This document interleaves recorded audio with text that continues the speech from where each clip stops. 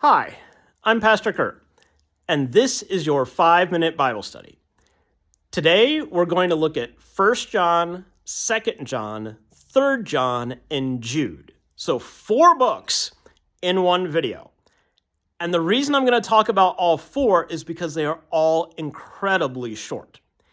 In fact, 2 John, 3 John, and Jude don't even have chapters. It's all one chapter in each book. 2 John is all of 13 verses, 3 John is 15 verses, and Jude is 25 verses. I bet it will take you more time to watch this video than it will to read these very, very short books. So, what are these very, very short books about? They remind the reader to continue to live the life of faith. Not just talk about it, but live it out. Great. Right? We've all heard that before, right? That we are called to walk the walk and talk the talk, right? You've heard that before. And so this is a word of encouragement here, right? Keep it up.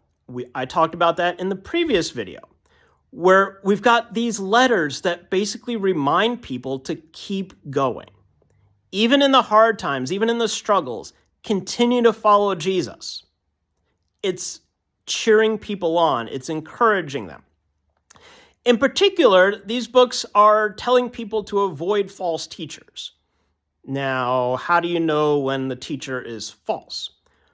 Well, one really good question to ask is, does what this teacher says match up with what Jesus says? Now, that's not always a clear-cut answer, though. It all depends on interpretation, right? Think about the different ways that people read the Bible. Some people go in one direction when they interpret Scripture. Some people go in another direction when they interpret Scripture. And sometimes it can seem like, now, wait a minute here. This path here, this interpretation here, doesn't seem to match up with Jesus. Even though the people who are on that path are like, yes, we're faithful to Jesus. This is what he's talking about, right? This is why there's sometimes debate about biblical interpretation. So what's another way that you can help determine if this is a false teacher or not? Well, does it reflect the mercy, grace, and faithfulness of God? Sometimes people interpret Scripture in a way that puts it back on us, that emphasizes kind of our works, that you gotta do this thing. Well, yes, our works are important, but we need to keep them in proper relationship to faith. And I talked about that when I talked in an earlier video about James, that faith produces the works. The works aren't the batteries that keep the faith going. It's more like a fruit-bearing tree, that the faith produces the works. When people are talking, when they are interpreting Scripture, does what they say emphasize the grace and mercy and faithfulness of God? Is that the kind of fruit that their interpretation is producing? If so, then that matches up with Jesus, right? So we've got these letters here that emphasize kind of biblical interpretation, reminding us to stay away from false teachers. 3 John is really, really short, and there's a couple of details in this book that I just want to highlight. First, it's written to Gaius, and the beginning of it encourages Gaius and kind of celebrates him. The author says, I've heard about how you're sticking with it, how you're continuing to keep going. Other people have spoken highly about you and about the faith that you're living out. Wonderful. Keep it up. Imagine how that would feel to be Gaius and get this letter.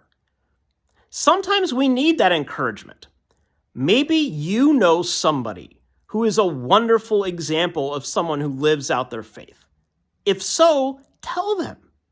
Tell them that you admire them, that you appreciate them, that you see God working in them, right? Maybe they don't realize that they are such a good example, but you do. So tell them, let them know. That's what this author here did for Gaius. Now, the author also talks about Diotrephes, who's been stirring up trouble in this little local house church. And he's been stirring up trouble by, one, not respecting the authority of the author, kind of like thinking that he comes first, and by not showing hospitality to people.